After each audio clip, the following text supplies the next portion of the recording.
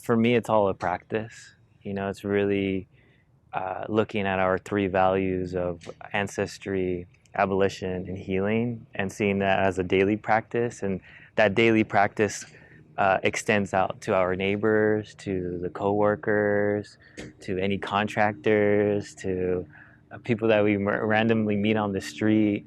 Um, and thinking about that as more of like channeling in the spirit in a way. I think we're creating I believe that we're creating a sacred space, a sanctuary per se, and a space where someone can come in and really get spiritually fed. So it used to be a dairy mart where even on the sign it says like get your milk, get your, snacks, so on and so forth. But here is like come and get your spiritual growth on, and it's through the different programs that we're creating, um, and yeah, it's a practice. It's like trying to for me to do my best to model as I come into that space and really taking on these values, thinking about ancestry. It's like, what have we learned from our ancestors, from our mentors, from our elders and our teachers, and how can we push that forward and continue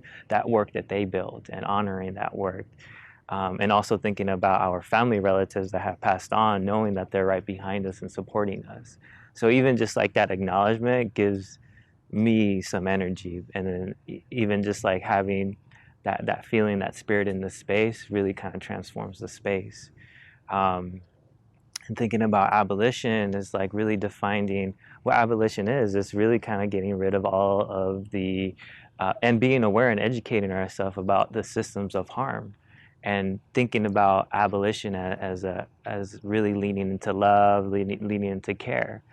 And then healing, that's just part of the healing practice. It's just like going through those motions, somatically, trying to do our best to take a moment to pause and connect with our body, mind, and spirit, really like a somatic practice that we take on. And to really just kind of like show up for ourselves first, because like you can't really show up for someone else if you're not showing up for yourself. And recently I've been reading a pedagogy book with Bell Hooks. She talks about how like Thich Nhat Hanh really sees teaching a teacher as a healer, and they talk about like how you really have to show up for yourself and love yourself in order to love your students, because that's the classroom ends up being, especially with young minds, it's like where you are able to nurture them and to really feed them, and I think most importantly feed them with love. That sometimes like different students might come from a different background and may not get that at home, so it's just like trying to create that space at least in the classroom. And it's interesting to think about it and reflect about like all the mentors that have done that for me, which I'm really, really grateful, and teachers and elders. But it's like, how do you continue that work where now, all these books are being burnt, or, these books that we work so hard to tell our history. Like, for example, for me being Mexican, like learning about, the bracero programs, to learn about all these other interesting moments of history, the Chicano movement. So like, and then even like extending that out to like more of like the theory and practice of abolition, the theory and practice of love, so on and so forth. There's so many topics that we can talk about, abortion and all that. Like to have all that stuff burnt, like it's like all that work is like, no, we got to get back into it. Make sure that this is in the classroom and it all leads with love. Because if we're coming from a place from love, is it coming from a place of care? I think just the word Los Angeles is really something really interesting. It's just the word, like the angels, and thinking about the angels more as us. I did this piece, this neon piece, where it says "Que sueños con los angelitos," like to sleep with the angels. It's almost like a prayer that you say to a child or someone that you love, like have a good night. And in that piece, I was speaking directly more to like the essential workers in Los Angeles, the art community in Los Angeles, all of my community members in Los Angeles.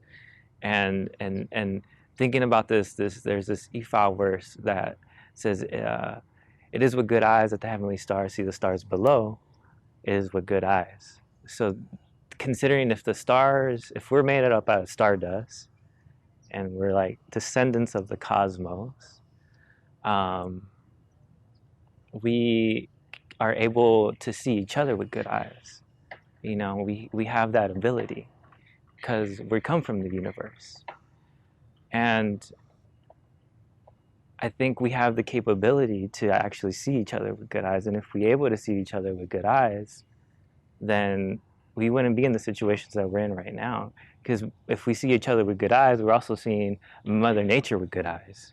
For me, I think a lot about the community aspect, and very grateful for the Los Angeles community as far as like the relationships I have developed, because that's what community practice is really kind of leaning into those aspects and to grow with each other.